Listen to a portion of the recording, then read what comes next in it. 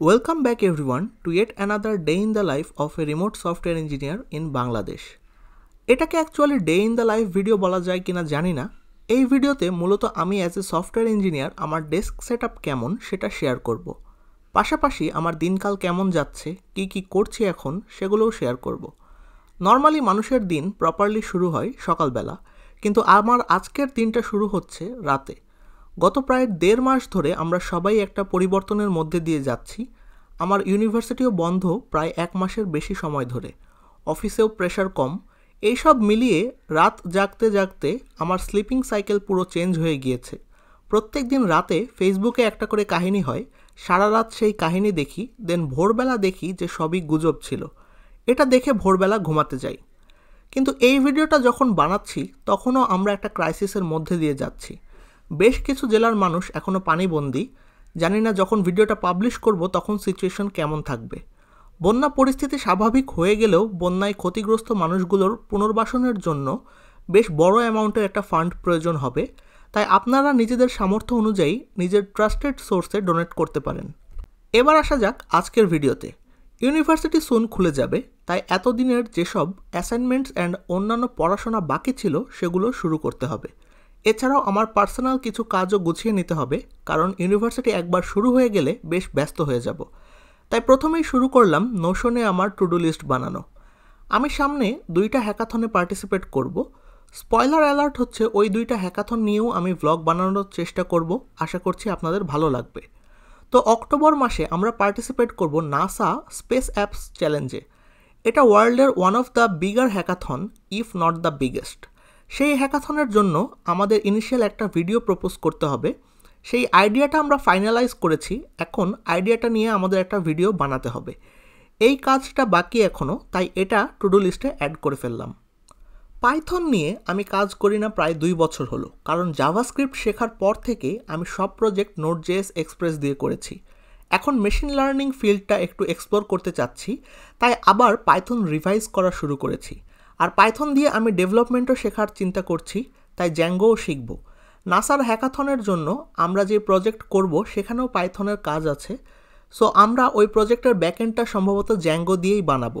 প্রজেক্টের ডিটেলস সঙ্গত কারণেই এখনই শেয়ার করতে পারবো না, ওইটা তোলা থাকলো হ্যাকাথন ভ্লগের জন্য। পাইথন রিভিশনের জন্য যেই কোর্সটা ফলো করছি সেটাতে এখন অবজেক্ট ওরিয়েন্টেড প্রোগ্রামিংয়ের লেসনগুলো দেখছি। এখানে কিছু এক্সারসাইজ বাকি আছে, সেগুলো করতে হবে, তাই সেটাও টু ডু লিস্টে অ্যাড করে ফেললাম। এছাড়াও একাডেমিক যেসব ডেডলাইন আছে সেগুলোও অ্যাড করলাম।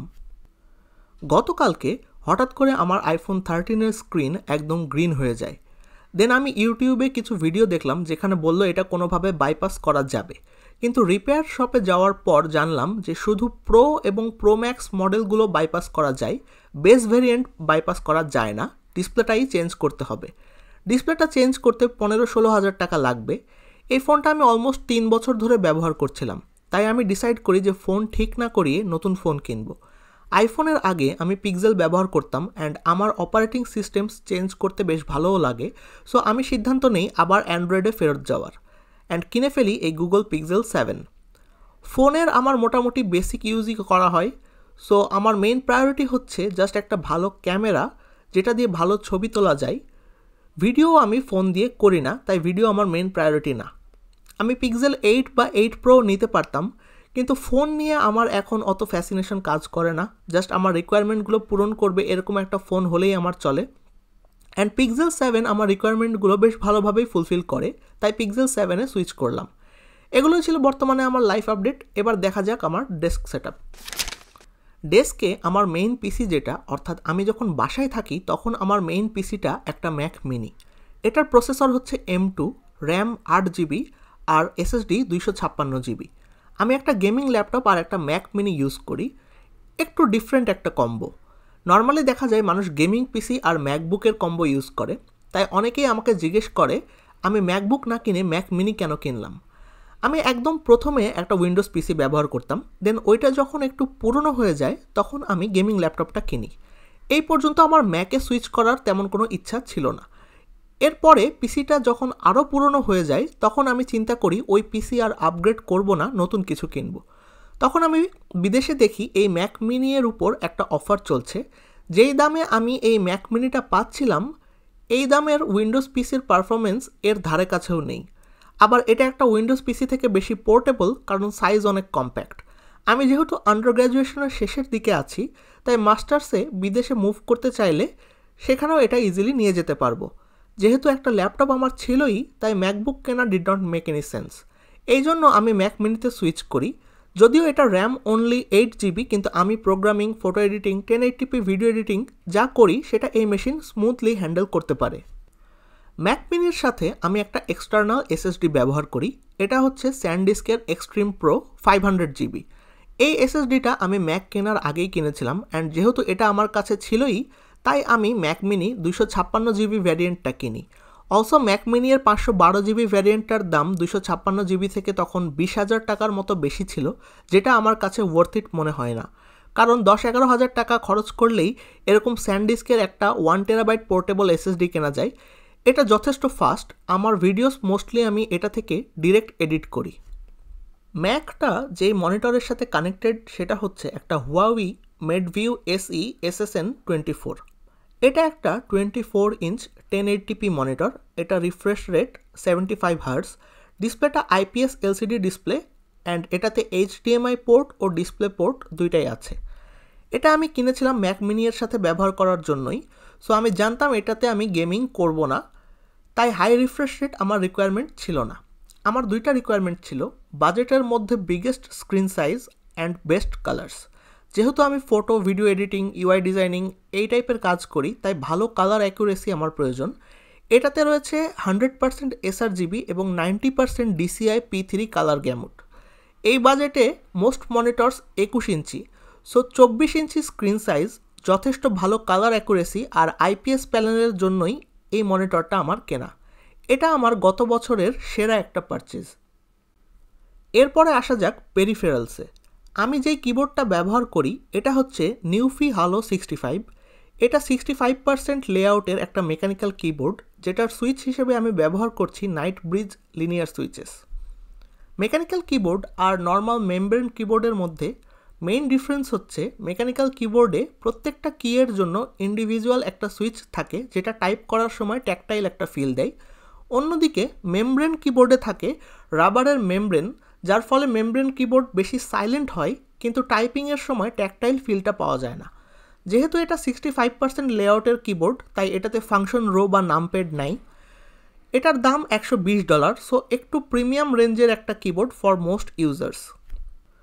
বাট আমি একজন ছোটোখাটো মেকানিক্যাল কিবোর্ড এনথুজিয়াস্ট। আপনার যদি মেকানিক্যাল কিবোর্ড হবি নিয়ে আইডিয়া থাকে, তাহলে আপনি জেনে থাকবেন যে $120 একটা কিবোর্ড এই হবিতে অ্যাকচুয়ালি মিড রেঞ্জের কিবোর্ড, প্রিমিয়াম কিবোর্ডও না। মানুষ আরও বেশি টাকাও খরচ করে একটা কাস্টম মেকানিক্যাল কিবোর্ডের জন্য। বাট কাস্টম মেড কিবোর্ডের দিকে আমি যাইনি। এই কিবোর্ডটা প্রথম দেখার পরেই এটার ডিজাইন অ্যান্ড ওভারঅল সব কিছুই আমার পছন্দ হয়েছিল, তাই আমি এটা কিনে ফেলি। এটার আর্গোনমিক্স বেশ ভালো, দুইটা লেভেলে হাইট অ্যাডজাস্ট করা যায়, আর লিনিয়ার সুইচগুলোতে টাইপিং এক্সপিরিয়েন্স আমার বেশ ভালো লাগে। আমি যেহেতু একই সাথে ল্যাপটপ আর ম্যাক ব্যবহার করি, তাই এই কিবোর্ড একসাথে দুইটা পিসিতেই কানেক্ট করা যায়, অ্যান্ড একটা সুইচের মাধ্যমেই কানেকশন চেঞ্জ করা যায়। এটা আমার অন্যতম একটা রিকোয়ারমেন্ট ছিল, যেহেতু আমি ডুয়েল পিসি সেটআপ ব্যবহার করি অ্যান্ড টেবিলে সবসময় দুইটা কিবোর্ড রাখা সম্ভব না, তাই একটা কিবোর্ডই যদি দুইটা পিসিতে কানেক্ট করা যায় সেটা আমার জন্য অনেক সুবিধা হয়, অ্যান্ড এই কিবোর্ডের মাধ্যমে আমি সেটা করতে পেরেছি, তাই এই কিবোর্ডটা আমার কেনা। যেই মাউসটা আমি এখন ব্যবহার করছি এটা হচ্ছে রেজারের ডেথ এলিট। এই মাউসটা আমি ব্যবহার করছি অলমোস্ট 4 বছর ধরে। এটার একটা আলাদা রিভিউ করেছিলাম আমি আমার চ্যানেলে, ওই সময় আমি টুকটাক টেক রিভিউ করতাম। 4 বছর ধরে ব্যবহার করছি মাউসটা, বাট এখনও কোনো প্রবলেম ফেস করিনি। সেন্সর, বাটন সব কিছুই ভালো, ইচ্ছামতো DPI চেঞ্জ করা যায়। এটা কন্ট্রোল করার জন্য আলাদা একটা ডেডিকেটেড সফটওয়্যারই আছে। এই মাউসের যেই জিনিসটা আমার সবচেয়ে ভালো লাগে সেটা হলো এটার সাইজ। মাউসটা বেশ বড়, একদম আমার হাতের তালু পুরোটা কভার হয়ে যায় এটা ধরলে, তাই পার্সোনালি আমার কাছে বেশ কমফোর্টেবল লাগে ব্যবহার করতে। আরও ডিটেলস জানতে চাইলে আমার 4 বছর আগের ওই ভিডিওটা দেখতে পারেন। কিবোর্ড আর মাউস রাখার জন্য আমি যে ডেস্ক ম্যাটটা ব্যবহার করি এটা নন ব্র্যান্ডেড একটা ডেস্ক ম্যাট। এটা আমি একটা অনলাইন শপ থেকে কিনেছিলাম, কিন্তু কোথায় থেকে কিনেছিলাম সেটা আর মনে নেই। এমনিতে জিনিসটা ভালো, জাস্ট একটু তাড়াতাড়ি ময়লা হয়। এটা আমি কখনো ধোয়ার ট্রাই করিনি, ধোয়া যাবে কিনা সেটাও জানি না, চেষ্টা করে দেখা যেতে পারে পরিষ্কার হয় কিনা। অডিও ডিভাইস হিসেবে ডেস্কে আছে একটা ফ্যানটেক HG20 হেডফোন। এটা সম্ভবত স্পেস এডিশন। এটা একটা বাজেট হেডফোন অ্যান্ড এটা আমার মেইন অডিও গিয়ার না। আমি মেইনলি অডিওর জন্য ব্যবহার করি একটা TWS ইয়ারবাড, আর এই হেডফোনটা ব্যবহার করি গেমিংয়ের জন্য। গেমিংয়ে TWS-এ একটু ল্যাটেন্সি বেশি হয়, তাই একটা ওয়্যার্ড হেডফোন প্রয়োজন হয় আমার। আমি অত হার্ডকোর কোনো গেমার না, আর রেগুলার গেম খেলিও না।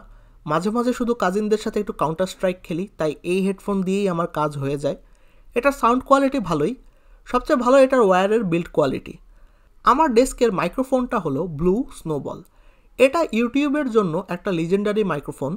আমি যখন 6-7 বছর আগে প্রথম ইউটিউবে ভিডিও বানানো শুরু করি, তখন সবাইকে দেখতাম এই মাইক্রোফোনটা ব্যবহার করতে অ্যান্ড সাজেস্ট করতে। ইভেন ওয়ার্ল্ডের সবচেয়ে বড় টেক ইউটিউবার MKBHDও একটা সময়ে এই ব্লু স্নোবল মাইক্রোফোনটা ব্যবহার করত। অডিও কোয়ালিটি খুবই ভালো। এই পুরো ভিডিওতে আপনারা যে অডিওটা শুনতে পাচ্ছেন, ইভেন আমার সব ভিডিওতেই আপনারা যে ভয়েস ওভারটা শুনতে পান, সেটা এই মাইক্রোফোন দিয়েই আমি রেকর্ড করি। অডিও আমি প্রসেসও করি না, বাট এটার sound quality and noise cancellation এত ভালো যে অডিও প্রসেস না করলেও কাজ চালানো যায়। আমি যে ওয়েবক্যামটা ব্যবহার করি এটা আসুসের ROG Eye। এটা একটা 1080p ওয়েবক্যাম অ্যান্ড স্ট্রিম করতে পারে 60 FPS-এ। এটার প্রাইস রেঞ্জটা একটু প্রিমিয়াম, কিন্তু এই ওয়েবক্যামটা আমি আসলে কিনি নাই। আমার যে গেমিং ল্যাপটপ সেটার স্ক্রিনের বেজেল এত থিন যে সেটাতে ওয়েবক্যাম দেওয়ার কোনো জায়গা নাই, অ্যান্ড আসুস কোনো বিল্ট ইন ওয়েবক্যাম সেটাতে দেয়নি। তাই ওই ল্যাপটপের সাথে এই ওয়েবক্যামটা ফ্রি দিয়েছিল। এটাতে আমার একটা সুবিধা হয়েছে, বিল্ট ইন ওয়েবক্যাম হলে সেটা শুধু আমি আমার ল্যাপটপেই ব্যবহার করতে পারতাম, কিন্তু এক্সটার্নাল ওয়েবক্যাম দেয়াতে এখন আমি সেটা আমার ম্যাকের সাথে ব্যবহার করতে পারছি।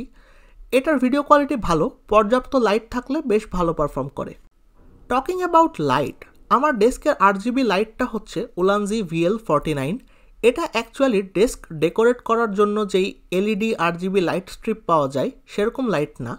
আমি চিপ RGB লাইট স্ট্রিপ 2বার কিনেছিলাম। প্রথমত ওইগুলোর সাথে যেই গ্লুটা দেয় সেটা বেশ ইউজলেস, কোনো জায়গায় ঠিকমতো লাগানো যায় না, 2-1 দিন না যেতেই দেখা যায় খুলে পড়ে। অলসো ওই লাইটগুলো বেশি দিন টিকে না, কয়দিন পরে দেখা যায় নষ্ট হয়ে গিয়েছে।